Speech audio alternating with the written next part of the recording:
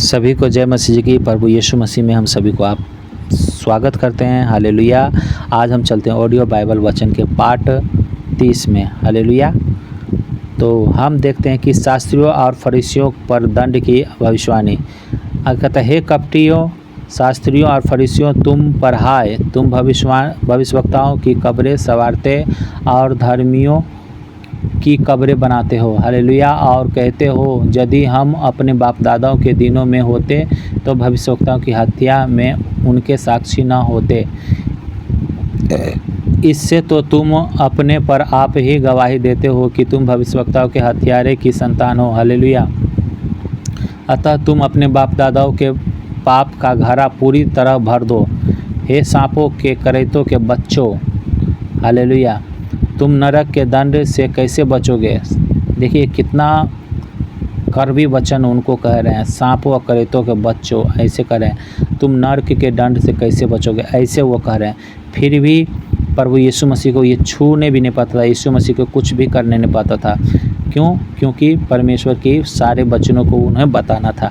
लेकिन जब उनको पकड़ने के लिए आए थे, क्रूस पे चढ़ाने के लिए, तो उस समय प्रभु यीशु मसीह खुद वो जानबूझ कर पकड़वाए गए थे और पतरस बचाना चाह रहा था। लेकिन पतरस को ही प्रभु यीशु मसीह ने डांटा था। क्यों?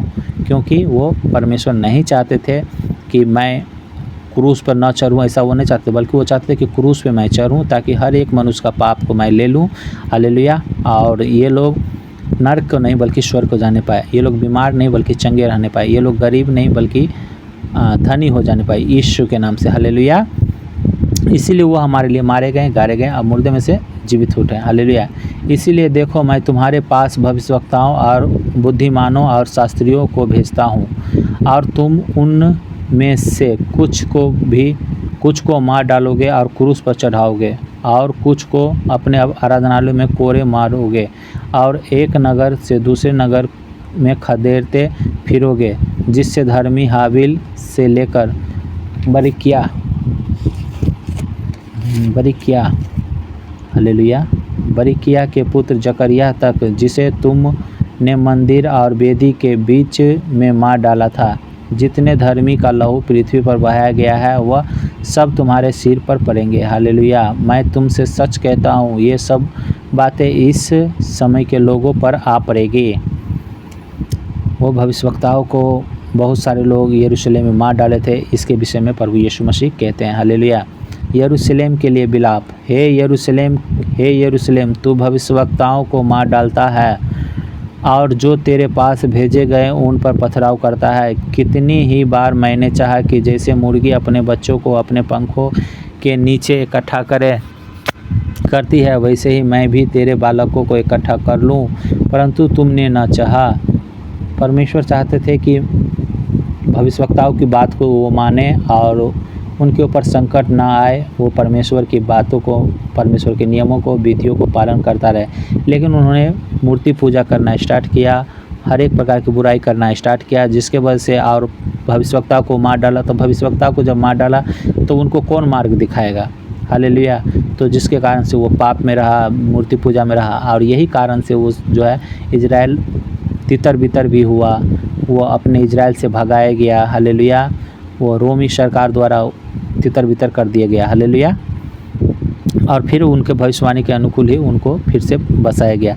तो हम लोग भी परमेश्वर के वचन में अगर रहते हैं, परमेश्वर के दास दासियों जो बोल रहे हैं उसको हम आप फॉलो करते हैं, तो वो हम परमेश्वर की पंखों के आड़ में रहते हैं। हालेलुया। जिस तरह से मुर्गी अपने बच्चों को अपने पंखों के आड़ में रखते हैं, उसी तरह से हमें भी परमेश्वर इकट्ठा करके रखता है। और जिसको मान लीजिए कि प्रधानमंत्री सुरक्षा दे, उसको कौन छू सकता है, उसको कौन क्या परेशानी कर सकता है।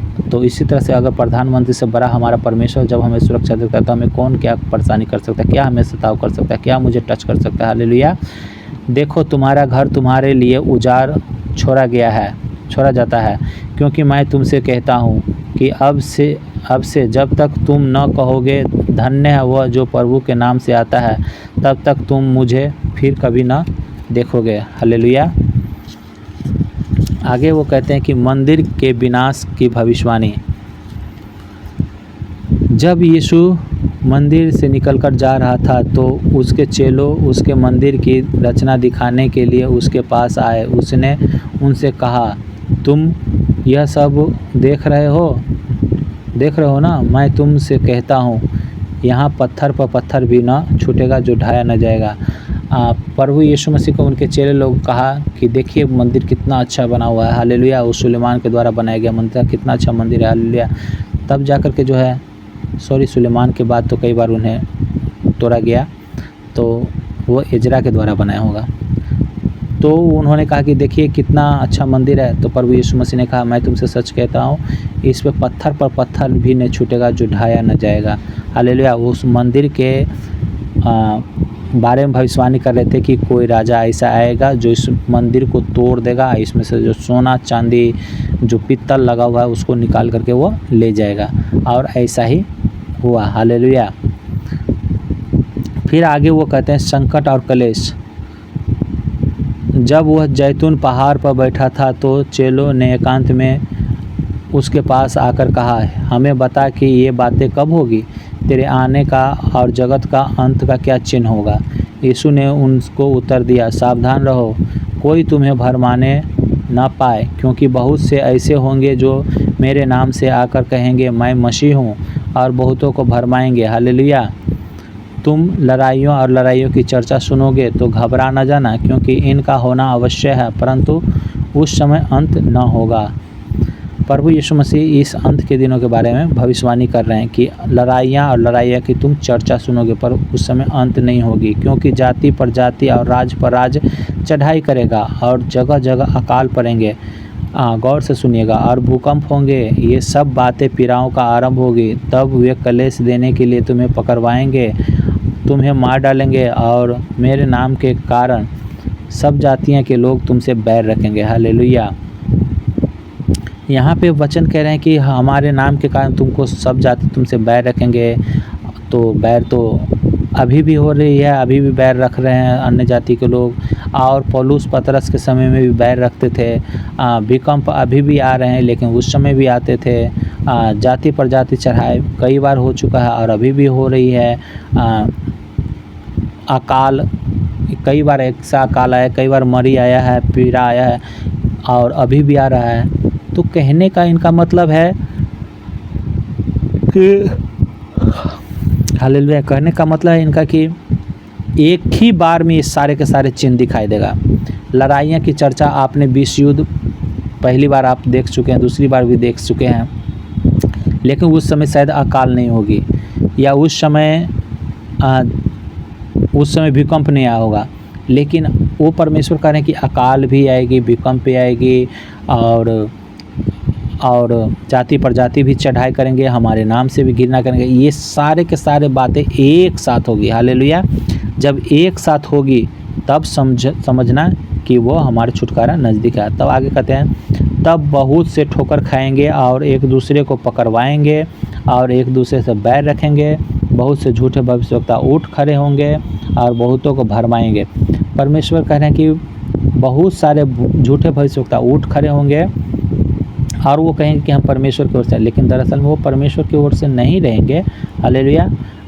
बल्कि वो सारे बातें यीशु मसीह के बारे में बोलेंगे, लेकिन उनका चाल सुचाल नहीं होगा, कुचाल होगा, और वो बहुतों को भरमा देंगे। भरमा देंगे मतलब चिन्ह चमत्कार को दिखा करके उनको यहीं पे स्टॉप कर देंगे। उनको वचन की गहराई स्टडी में नहीं जान देंगे, पाप की क्षमा मांगने की बातें नहीं कहेंगे, ताकि वो पाप की क्षमा नहीं मांगा और वो नरक हो जाएगा, हालेलुया। अधर्म के बढ़ने से बहुतों का प्रेम ठंडा पड़ जाएगा।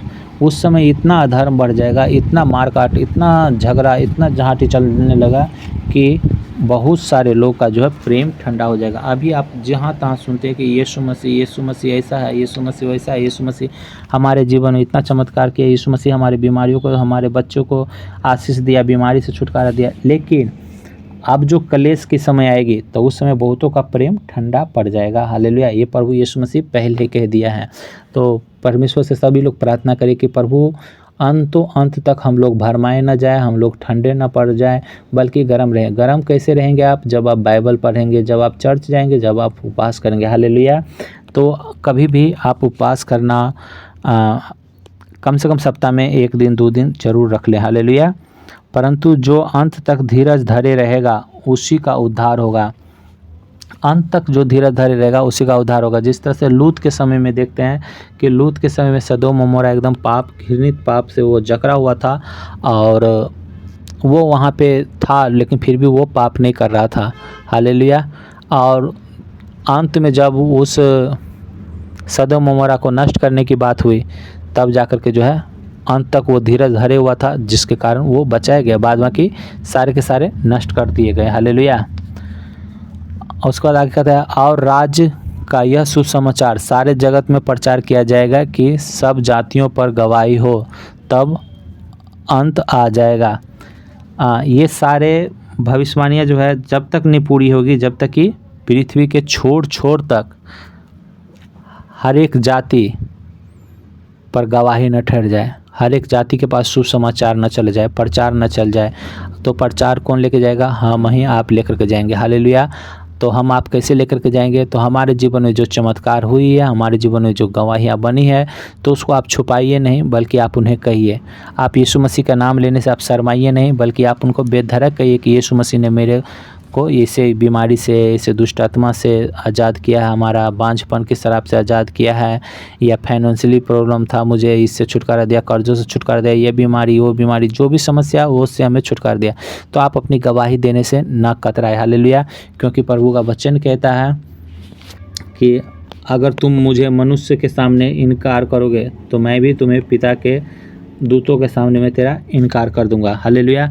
तो ऐसा ना हो कि हमारे भी नाम को इतने दिन तक हम यीशु मसीह में अच्छे से चलें और वहाँ जाकर के प्रभु यीशु मसीह हमारे नाम को इनकार कर दे और हम नरक में डाल जाए। इस तरह इसीलिए हम लोग जो है नरक में न डाला जाए, जिसके वजह से जो है एक दूसरे को गवाही भी दें, ताकि हम लोग नरक भी न जाए और वो लोग भी बचाए जाए। हालेलुया।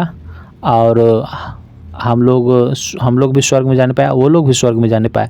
और इसी तरह से जब हम लोग गवाही देंगे तो अगला आएगा तो वो भी चंगा होगा, उसको भी समस्या को समाधान होगी, तो वो लोग भी एक दूसरे को गवाही देंगे कि हाँ हमारे जीवन में ऐसा हुआ है। और इसी तरह से शायद होते हुए आ रहा है, तभी आपके पास भी सुसमाचार पहुंचा और आप भी समस्या से आज़ाद हुए और आप भी आज परमेश्वर के वचन को सुन रहे हैं। हालेलुया। और आप ही के द्वारा परमेश्वर औरों की ज़िंदगी में काम करेगा। इसीलिए आप जिस तरह से सुने हैं और अपने पास ही स्थिर न रखें। जिस तरह से आप छुटकारा पाएँ तो अपने पास ही छुटकारा को सीमित न रखें, बल्कि दूसरे को भी सुनाएं, दूसरा भी छुटकारा पाएगा और वो लोग भी दूसरे को सुना करके दूसरे लोग को छुटकारा जब पाएगा, तो इसी तरह से पृथ्वी के छोर छोर तक सुसमाचार पहुँच जाएगा, सारे जगत में प्रचार कर चला जाएगा और परमेश्वर की महिमा होगी। सभी लोग पाप से मन फिरा लेंगे। तो परमेश्वर किसी को नरक में डालने से खुशी नहीं है। ठीक है। तो परमेश्वर चाहते हैं कि सभी के सभी स्वर्ग जाएं। तो इसीलिए जब परमेश्वर चाहते तो हम भला कौन मनुष्य ऐसे हो सकते हैं जो हम किसी को स्वर्ग जाने से रोक डालें। हालेलुया। तो इसीलिए जल्द से जल्द जितना जल्दी सुसमाचार कोने कोने तक पहुंच जाएगा, प्रचार कोने कोने तक चला जाएगा यीशु मसीह का, उतना जल्दी प्रभु यीशु मसीह बादलों पे आएंगे और रैप्चर में हम सब उठा ले जाएंगे। हालेलुया। तो हम धन्यवाद करते हैं परमेश्वर के इतने अच्छे वचन के लिए। और आगे हम अगले दिन ऑडियो वचन के 31 भाग में चलेंगे। आज हम यहाँ पे ऑडियो वचन के 30 भाग खत्म करते हैं। तो सभी लोग आंखें बंद करें। प्यारे प्रभु जी, हम प्रार्थना विनती करते हैं कि उद्धार करता है प्रभु यीशु के नाम से जितने लोग इस वचन को सुने मेरे प्रभु जी, वो केवल चंगाई ही ना पाए बल्कि उस तेरे स्वर्ग राज में भी आने पाए। हर एक बीमार, हर एक समस्या से कभी जकड़े न रहे। तेरी पवित्र आत्मा उन्हें छुए, अभिषेक करे, ताकि ये लोग भी सामर्थ्य में भर के तेरी महिमा करने पाए। यीशु मसीह के नाम से सभी लोगों लगे आमीन। Hallelujah. God bless you all. परमेश्वर आप सबको बहुत ज़्यादा आशीष करे यीशु के नाम से। आमीन।